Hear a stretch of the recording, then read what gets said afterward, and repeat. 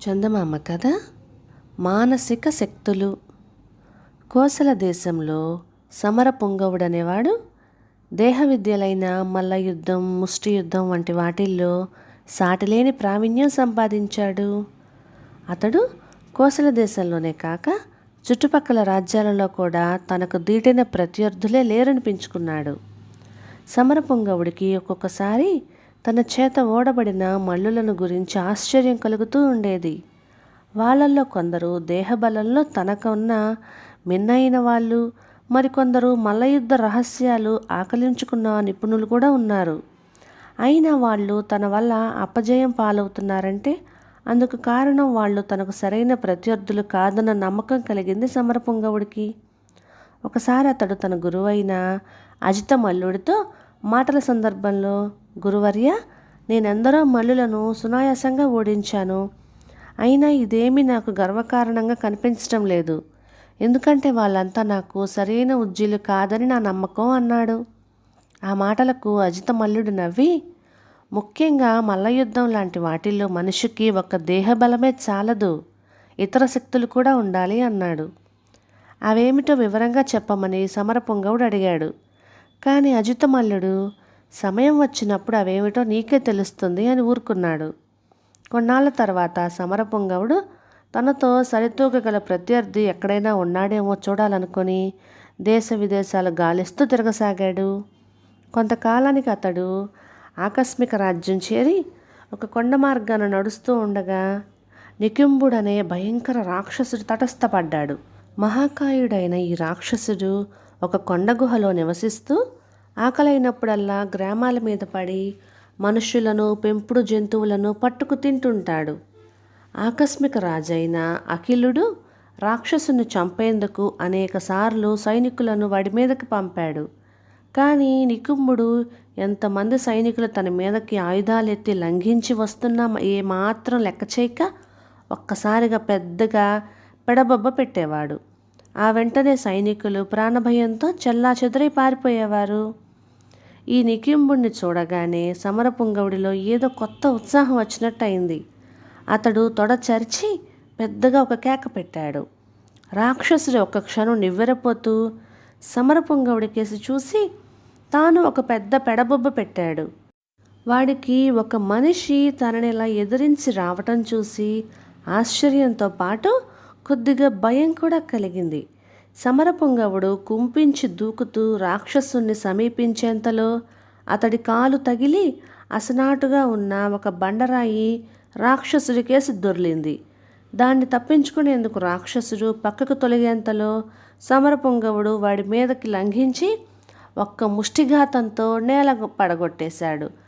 సమరపుంగవుడు దెబ్బకు దిమ్మ తిరిగిపోయి రాక్షసుడు తిరిగి కోలుకొని లేవబోయేంతలో అతడు వాణ్ణి కాళ్లతో, చేతులతో బలంగా కొట్టసాగాడు. ఇద్దరి మధ్య కొంతసేపు తీవ్రమైన పోరాటం జరిగాక సమరపుంగవుడి చేతిలో రాక్షసుడు మరణించాడు. కానీ సమరపుంగవుడికి కూడా రాక్షసుడి చేతులు తీవ్రంగా గాయాలయ్యి సొమ్మసిల్లి కింద పడిపోయాడు.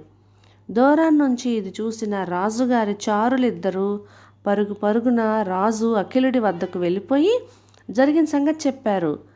రాక్షసుడి పీడ విరగడైపోయిందన్న సంతోషంతో ఆయన చిన్నగా మందహాసం చేసి ఆ మరుక్షణంలోనే ఆందోళన పడుతూ మంత్రితో, నికుంభ రాక్షసుని చంపినవాడు తగిలిన గాయాల నుంచి కోలుకోకముందే మనం అతన్ని తుదముట్టించాలి, వెంటనే బయలుదేరండి అన్నాడు.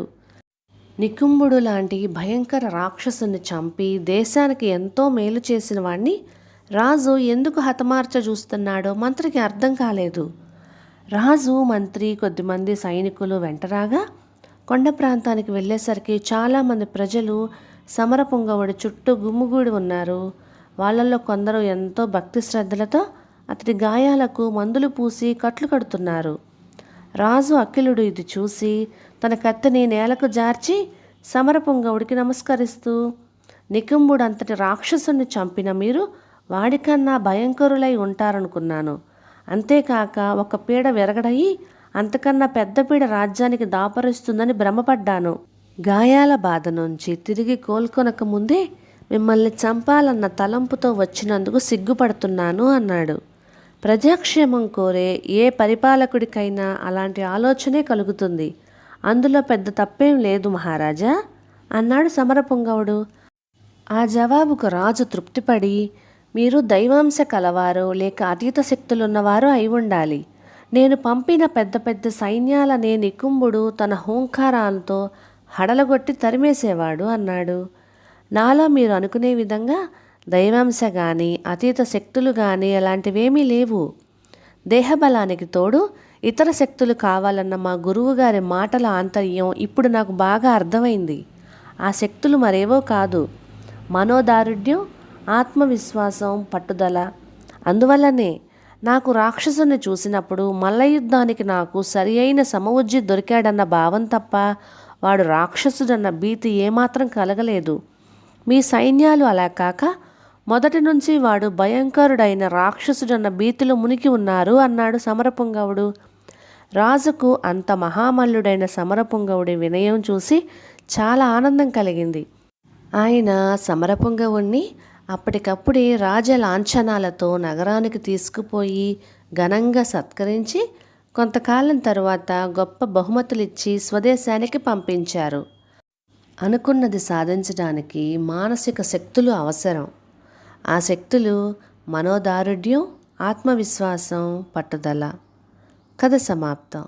ఇక ఈ కథ మీకు నచ్చినట్లయితే ఇలాంటి మరెన్నో తెలుగు చిట్టుపొట్టి కథల కోసం please like, share and subscribe to my channel. Thank you.